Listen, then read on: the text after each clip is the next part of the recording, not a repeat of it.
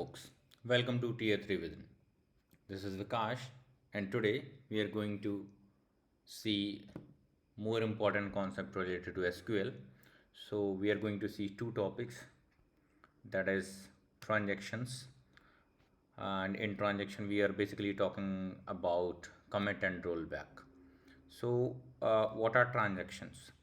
So transactions are nothing but it's basically certain processes that happens in SQL databases.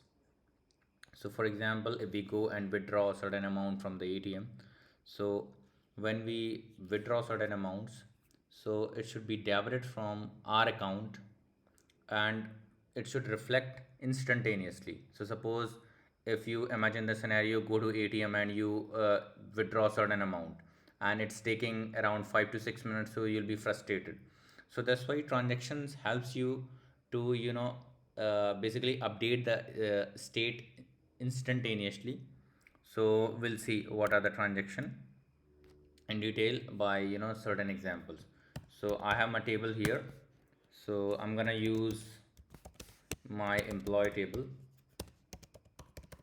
So as you can see that I have my this is employee table which have these kind of records. Now, so how will you start the transaction? So to start the transaction, there are certain commands in SQL. So like you can use begin. So begin, when you do so, as you can see that here it has put one asterisk that which basically tells you that you are inside a transaction. Now when you inside a transaction, so whatever changes you want to do inside a schema, suppose you want to update certain things, delete certain things, you can do within the transaction.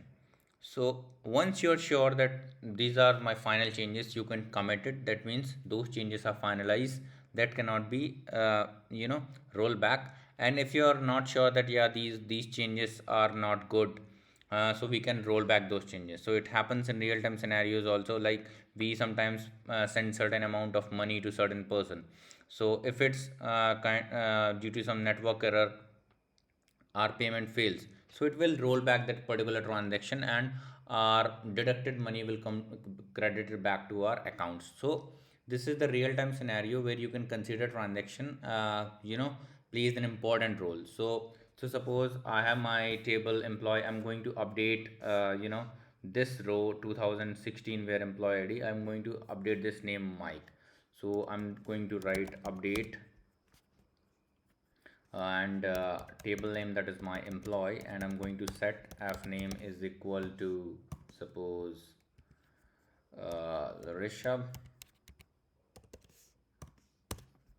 where empid is equal to 2016. So as you can see, it has given me one row updated. Now this, whatever this update has happened, it's inside a transaction. That means the changes that I'm doing are inside a process, are inside a particular pipeline. So suppose I now if I see my data, select star from employee. So as you can see, my 2016 or 2016 row has been updated, the app name as Rishabh.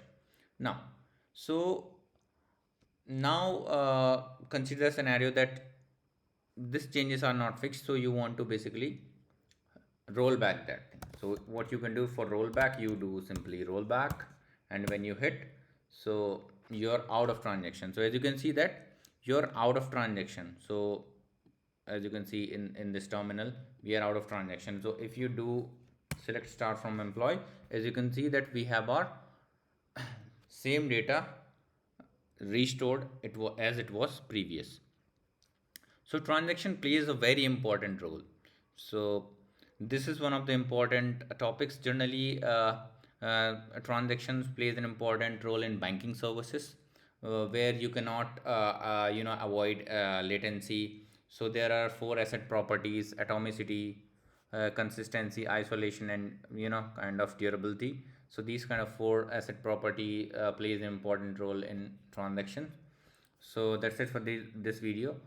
We will continue our SQL and data engineering series with some interesting topics in upcoming videos.